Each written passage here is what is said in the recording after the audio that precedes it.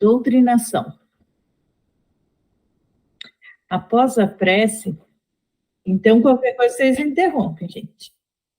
Após a prece, iniciou-se a doutrinação dos desencarnados.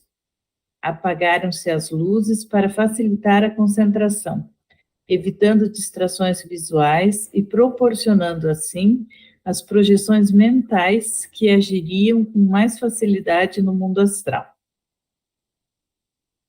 Encarnada, sempre gostei de prestar atenção nas doutrinações dos desencarnados. Cada um tem sua história, e algumas são bem interessantes. Agora, presenciando a orientação, o socorro, do lado de cá, gostei mais ainda, é bem mais fascinante. Mas, ao ver muitos mutilados, muitos com sinais de torturas, fiquei um pouco apreensiva. Era um grupo que fora libertado do umbral pelos trabalhadores do centro. E lá estavam presos como escravos. Alguns estavam abobalhados. Observei-os e senti dó. Maurício disse-me baixinho: Patrícia, nada é injusto. Colhemos o que plantamos. A reação é de conformidade com a ação. Pelo menos 2 desses espíritos devem falar, pela incorporação, um pouco de suas vidas. Verá que ignoraram os ensinamentos de Jesus e viveram, quando encarnados, para os prazeres, para a matéria e prejudicando o próximo. 2 deles foram feiticeiros ou macumbeiros, fazendo o mal por dinheiro. Usaram desencarnados, como empregados. Estes os serviram, mas depois a situação se inverteu, e foi a vez de eles os servirem. Todos vão ser socorridos, curados e levados para a recuperação no hospital da colônia. Muitos dos necessitados se utilizariam da incorporação. Entre eles, muitos não sabiam que haviam desencarnado. Normalmente, ao comparar suas situações, o desencarnado com o encarnado compreendem que o corpo físico morreu. Quando nós, desencarnados, chegamos perto de um encarnado, notamos logo a diferença, a não ser que estejamos completamente iludidos e não querendo aceitar a realidade. Fingimos não perceber. Comparando-me com um encarnado, sinto-me leve, solta, pois o perispírito é um corpo muito mais delicado e sutil do que o material. Maurício, sabendo o que eu pensava, aproveitou para esclarecer. Em centro espírita, onde o bem é a meta, a incorporação é feita para ajudar. O desencarnado necessitado de auxílio recebe orientação e cura nesses trabalhos de caridade. A percepção de estar ou não encarnado é essencialmente mental. Como há o medo da morte, do desconhecido, o desencarnado mantém-se iludido de que ainda está no corpo físico. Mas há espíritos que conhecem seu estado e gostam de incorporar. São os que ainda não se realizaram espiritualmente. O corpo mental encontra prazer nas necessidades físicas. São os que necessitam de uma orientação séria e honesta. Mas enquanto não a recebem, a maioria não quer nem receber nem mudar. Incorporam em médios invigilantes, sem estudos, que não frequentam lugares que seguem a orientação de Kardec. E fazem isso porque, incorporados, sentem florescer instantaneamente todos os desejos mundanos. Em muitos casos, fazem até certos favores aos encarnados. Puxa, não pensei que existissem desencarnados que gostassem de se sentir no corpo final. Minha, posso falar uma coisa? Um minuto só. Em muitos casos, fazem até certos favores aos encarnados. Por exemplo, caso dessas pessoas que alcoólatras e viciadas e tudo mais, tem que ter a sintonia perfeita. Então, ele tem que pegar o cachimbo certo, né? Falando cachimbo certo, o espírito tem que pegar o cachimbo certo, pegar a pessoa certa. Uma vez que ele pegou, é uma preciosidade para ele usufruir daquilo, né? Então, o que acontece? Aquele bêbado que está andando e não é atropelado, entende? É aquele cara que está na boca do fumo e não morre, porque ele tem essa proteção, e como ele fala aqui, em muitos casos faz até favores, porque ele não quer perder aquele copo, vamos falar assim, sabe? Quem é alcoólatra, o cara passa a ser o copo do espírito. Então ele protege, ele cerca o cara de todo qualquer mal, entre aspas, né? Para preservar o cara, para continuar usufruindo esse benefício. Só isso que eu queria falar. Outro detalhe também que eu achei interessante aqui é que me fugiu o nome. Mas qual é? É o Frei Luiz aqui no Rio de Janeiro, tinha um médico que curava, não é Dr. Fritz, não sei o nome, já me esqueci. E aí eu vi, acho que até a Sibeli deve conhecer, que ela falou daquele doutor, esqueci o nome, depois que eu estou te falando. Mas o livro que eu achei interessante, esse médico era um médico alemão nazista sangue bom, sabe, aquele nazista puro. Então, quando ele foi justamente isso, ele foi no centro espírita e falava alemão, fazia a saudação nazista, e nesse grupo tinha um médium, um integrante, que falava alemão, então traduzia. E aí, o que aconteceu? Na doutrinação dele, falou o seguinte, olha, veja sua mão que não é a sua mão. Aí ele viu que não era a mão dele, que ele estava encarnado, que já não fazia parte desse mundo. Aí ele ficou um tempão afastado. Quando ele voltou para fazer esses trabalhos de cura mediúnica que tem lá no Centro Espírita, aquele no Jacarepaguá, que me fugiu o nome agora, mas é isso que eu queria falar. Legal. Mais alguém quer comentar? Vamos lá. Os que idolatram a matéria e gostam somente do prazer e não da dor que o corpo possa sentir, gostam de incorporar. Mas prestemos atenção agora, as doutrinações começaram. 2 do grupo de escravos, que tanto me impressionou, foram os primeiros a receber ajuda pela incorporação. De fato, falaram um pouco de si. Fizeram maldades e, tendo oportunidade, não fizeram o bem nem aos outros, nem a si mesmos. Esse bem a si mesmo significa que tiveram oportunidade de aprender, de se instruir moralmente, religiosamente e não o fizeram. Viveram encarnados sem se preocupar. Oi? Consegue aumentar só um pouquinho a mais? Se conseguir. Aí ficou bom? Já, melhorou.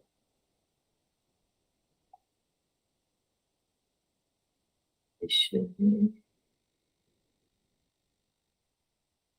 Esse bem a si mesmo significa que tiveram oportunidade de aprender, de se instruir moralmente, religiosamente e não o fizeram.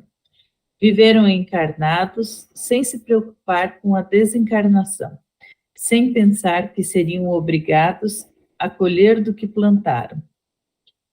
Todos do grupo tiveram o perispírito recuperado, curado, e ficaram numa outra fila para serem levados para a colônia. Fiquei mais aliviada ao vê-los livres do sofrimento e desejei de coração que se recuperassem espiritualmente, que a dor tivesse conseguido ensiná-los e que se voltassem realmente para Deus, afastando-se do mal. O senhor que tinha se assustado comigo foi esclarecido e recebeu por meio dos médiuns orientações, e preocupado com suas dores, esqueceu que me viu. Numa comparação de seu corpo com o dos encarnados, entendeu sua situação. Foram também socorridos muitos espíritos que estavam com o perispírito lesado e necessitavam se harmonizar. Estes lesados eram os que se sentiam como encarnados todas as suas doenças. A impressão é forte e o não entendimento da desencarnação faz com que continuem doentes. Em outros, o remorso destrutivo levou-os a lesar o perispírito. Como são imprudentes a maioria dos encarnados. A morte do corpo não parece ser para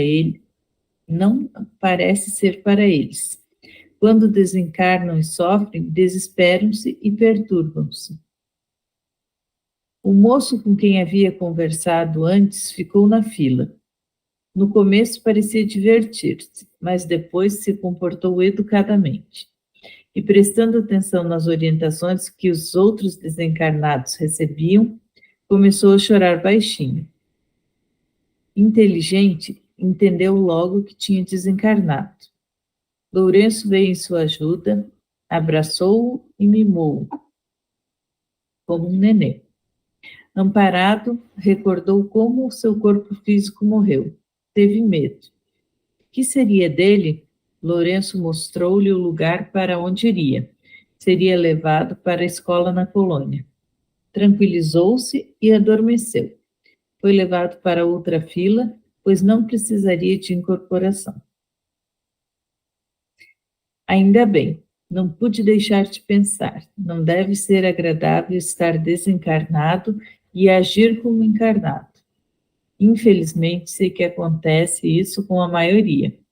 A desencarnação é natural para todos. Quando o corpo morre, a maioria sente-se perdida e perturbada. Pior ainda quando não fez boas ações. E terrível quando se praticou muitas ações más. A desencarnação não muda muito o modo de vida que se tinha quando encarnado. Quem cultua a matéria, a ela fica preso. Quem entesoura bens espirituais é um bem-aventurado no plano espiritual. Não se deve viver encarnado só pensando na morte, mas também não se deve ignorá-la. Não pensar na morte para si e não entender que seja normal esse fato acarreta muitas perturbações, porque sendo o perispírito cópia exata do corpo, sente-se as mesmas necessidades, até entendê-las e superá-las. Aquele moço achou ali no centro espírita o entendimento. Como os outros, seria levado à colônia, onde aprenderia a viver como desencarnado. O medo que teve foi do desconhecido, do que seria dele. Em muitos é forte a ideia do inferno. Ao entender que não é tão complicado, o medo passa e vem a esperança. Um homem desencarnado que estava na fila para receber orientação chamou-me a atenção. Estava imóvel, duro, sem se mover. Ao ser colocado perto de uma médium, recebeu de um dos trabalhadores desencarnados uma carga magnética e também sentiu o calor do corpo da médium. Sentia dores por todo o corpo, mas, devagar, conseguiu mover alguns músculos. Alegrou-se por isso e, com a ajuda do orientador encarnado, conseguiu responder à saudação. Boa noite. Vencendo as dificuldades, foi conseguindo falar. Quando encarnado, fora orgulhoso, senhor de muitos bens. Sua vontade era lei. Cometeu muitos erros. Gostava muito de si mesmo, de sua imagem, era forte e arrogante. Mandou fazer uma estátua sua. Realmente, o artista esculpiu muito bem. Ficou linda. Foi colocada em uma praça para que fosse lembrado como o benfeitor que fora. Porém, sempre há um porém, a morte veio destruir seus sonhos e ilusões. Desencarnou por um infarto. Não se conformou, queria estar encarnado. Inimigos perseguiram-no por anos e aos poucos foram abandonando-o. Mas o tempo passou e tudo mudou. Sua casa, suas terras, só a estátua continuava lá. Então ficou ao seu lado, até que fez dela seu escudo, como se fosse seu corpo. Colou-se a ela. Sentiu seu corpo endurecer e não conseguiu mais se mover nem falar. Só escutava e via o que estava à sua frente. Já fazia 60 anos que desencarnara. O orientador... Pode Eu falar. sabia dessa história e não conseguia me lembrar de que livro que eu já li, porque isso me marcou. Na época que eu li isso aqui, foi praticamente no lançamento desse livro. Eu achei essa coisa muito fantástica, assim como tem esse caso, deve ter casos muito generalizados, né? É isso que eu queria falar, porque me marcou, eu ficava, onde que eu li isso? E agora estou tendo a resposta aqui, onde que eu li, é isso só. Obrigado. É muito incrível isso daqui, eu nunca tinha pensado, mas faz muito sentido, né? E aqui ele colocou a estátua em si. E quantas pessoas a gente sabe que são completamente conectadas a uma casa, a um carro, a várias coisas, né? Eu imagino assim, alguém que ama muito carro, por exemplo, que trata carro como um ser, né?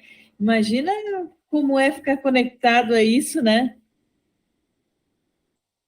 Agora, veja só, você falou uma palavra que eu achei interessante. No meu trabalho, tinha um amigo meu que ele falava o seguinte: quando as pessoas, no subúrbio aqui do Rio de Janeiro, as pessoas passavam o final de semana lambendo o carro, porque fazia uma faxina do carro que não fazia na casa, nem no corpo dele. Lambendo o carro é uma coisa aqui, entendeu? Mas é cabeça, não tem como. É como a pessoa vê o mundo. Tu vê se ele ficou, a coisa que minha filha gostava de brincar, de estalpa. Então, ele alta, você escutava, ficou imóvel, uma coisa incrível. E 60 anos nessa atitude, né? Que Imagina. coisa impressionante.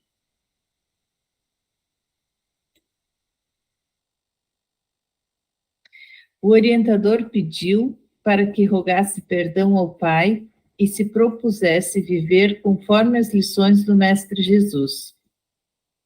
Ele o fez com sinceridade. A dor cansou-lhe e não tinha mais nenhuma razão para ter orgulho. Outra coisa que chama atenção aqui, a dor cansou-lhe, né? Para a gente ver que a dor também é um mensageiro, né? Ela pode estar dizendo, ó, tem alguma coisa errada aí, presta atenção.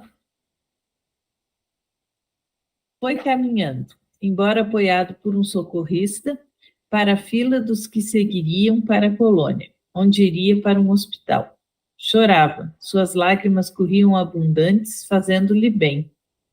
O orgulho e a arrogância são duas chagas que acabam por sangrar, trazendo muitos sofrimentos.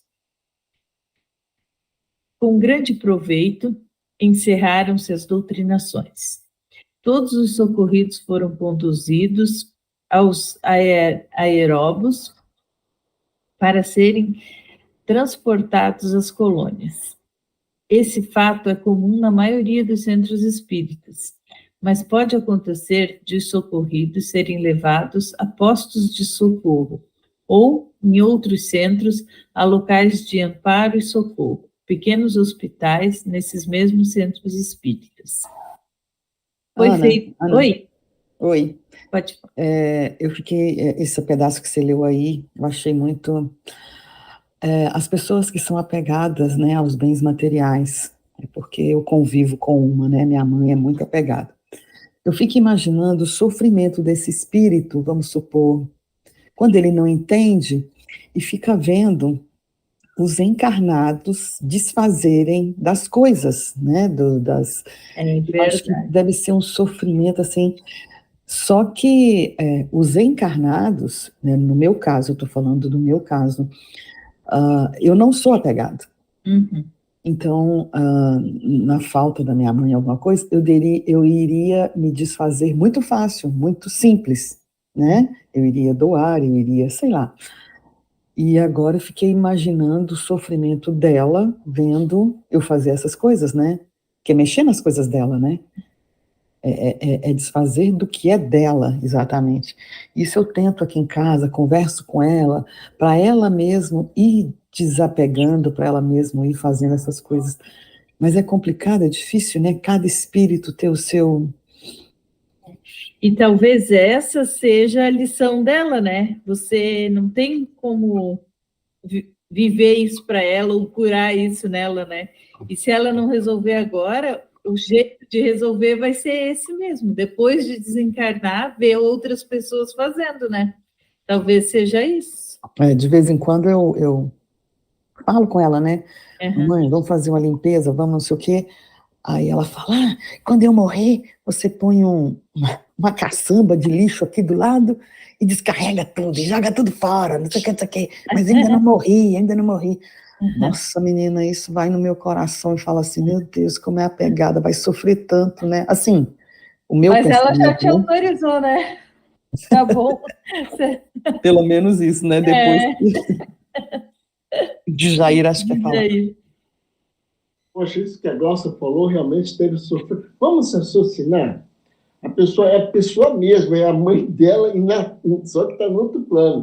Mas a Glaucia começa a se desfazer das coisas que ela dá plenos poderes, prazer, tinha obsessão. Já pensou como é que deve ser traumatizante, cara? É uma coisa que a gente não tem nem dimensão, mas deve ser muito sofrimento mesmo. Meu pai, porque aquilo ali traz recordações dela também do passado que ela teve, sei lá o quê, entendeu? É coisa muito... É isso que, como a gente está vendo, a dor faz com que a pessoa, como falou aqui, sofre, sofre, sofre, ficou 60 anos sofrendo. E ela vai ficar em tempo até ela ter um despertar, né? A dor serve como despertar, isso que você acabou de falar aí, que serve como lição, né, Aninha? E eu não lembro em que livro que eu li que falava de um espelho num museu e que não era um museu, era tipo um antiquário, que a pessoa pegou aquele espelho e levou para casa e ela era uma médium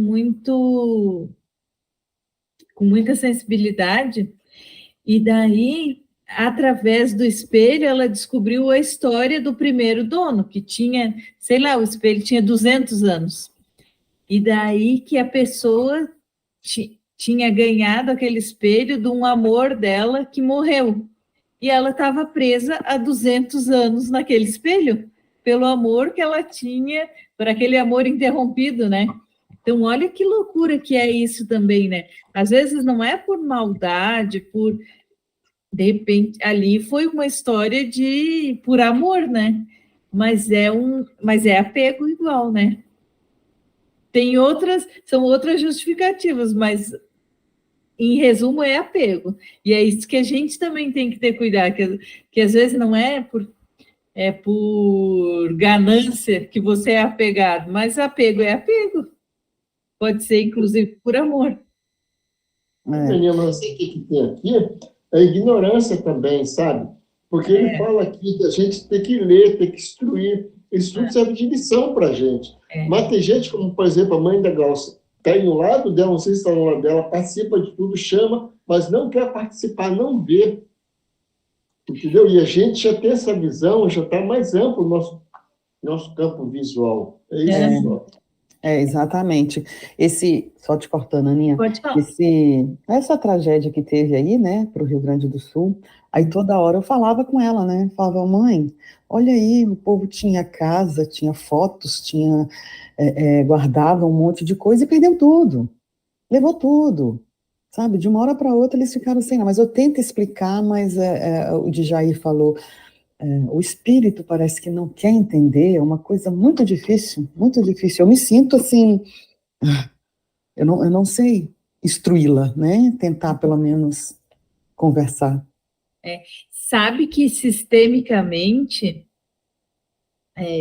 isso não estamos falando de espiritual agora, né? Mas sistemicamente nem é tua missão fazer isso. O que você tem que observar isso e não repetir.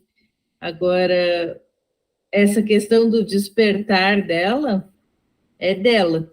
E talvez ela esteja olhando para algum ancestral dela que passou necessidade, né? Que É como se isso fosse uma dor dela que ela está Menina, eu sou compensando, né? completamente diferente, Ana, sou completamente diferente.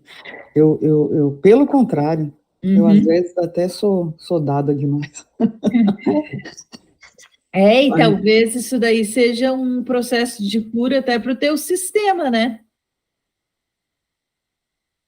É verdade, verdade. Pode falar, Sibeli. Veio uma ideia aqui na mente, tu comentou algo parecido, porque quando a Glaucia falou agora, eu lembrei do Ho'oponopono. Eu pensei, porque eu tenho um irmão que é usuário de drogas, né? E eu penso a mesma coisa, assim, eu não tenho ligação nenhuma com isso, não uso nada, nunca nem experimentei um cigarro, né? Não bebo nada. E aí, eu lembro sempre que me ajuda é o Ho'oponopono, né? Porque, por algum motivo, tô ligada com ele nessa mesma família, né? O Ho'oponopono vai curando algumas coisas, me ajuda, porque como eu sou muito sensitiva, quando ele tá mal, eu fico mal também. Eu e a minha mãe, né? A gente se olha, a gente já sabe que tá acontecendo alguma coisa com ele. E aí, o que me ajuda é isso, quando eu descobri o Ho'oponopono, ele me dá um auxílio. Só um pouquinho de dinheiro que eu já te passo. Sabe que eu comecei a participar desses processos aí de constelação familiar e tem uma história muito impressionante que uma mulher levou, o marido dela era alcoólatra, e assim, não era um alcoólatra violento, mas ela sofria com o alcoolismo dele. E eles tiveram um filho, e ele, um dia, parece que a criança tinha uns 9 anos, ele resolveu do dia para a noite parar de beber. Um mês depois, a criança ficou doente, uma doença genética, foi perdendo o movimento dos braços, das pernas, foi ficando acamada, e na constelação apareceu que era uma dor que ele segurava, e ele segurava sentindo a dor através do alcoolismo, e a hora que ele liberou, caiu, então ele segurava aquela dor, tudo inconsciente isso, né?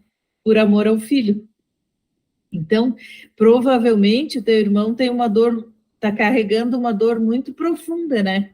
E se conseguisse que ele tivesse consciência dessa dor, talvez ele larga, só que às vezes tem consequências que a gente nem entende, nem sabe o porquê, e que por isso que faz parte respeitar o destino de cada um, né? Apesar de que eu imagino que um caso assim, a família sofra muito, né?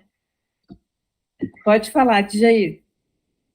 Agora, rapidinho, olha só, Aninha. Eu achei uma inspiração muito boa aquilo que você falou para a Glaucia. Glaucia, não é você, é para você observar. Ponto. Isso aí foi show. Obrigado. Isso aí, tudo que está em volta da gente são mensagens, né? Eu entendo assim, desde a dor até o que que acontece em volta. Então, vamos lá, deu o nosso horário.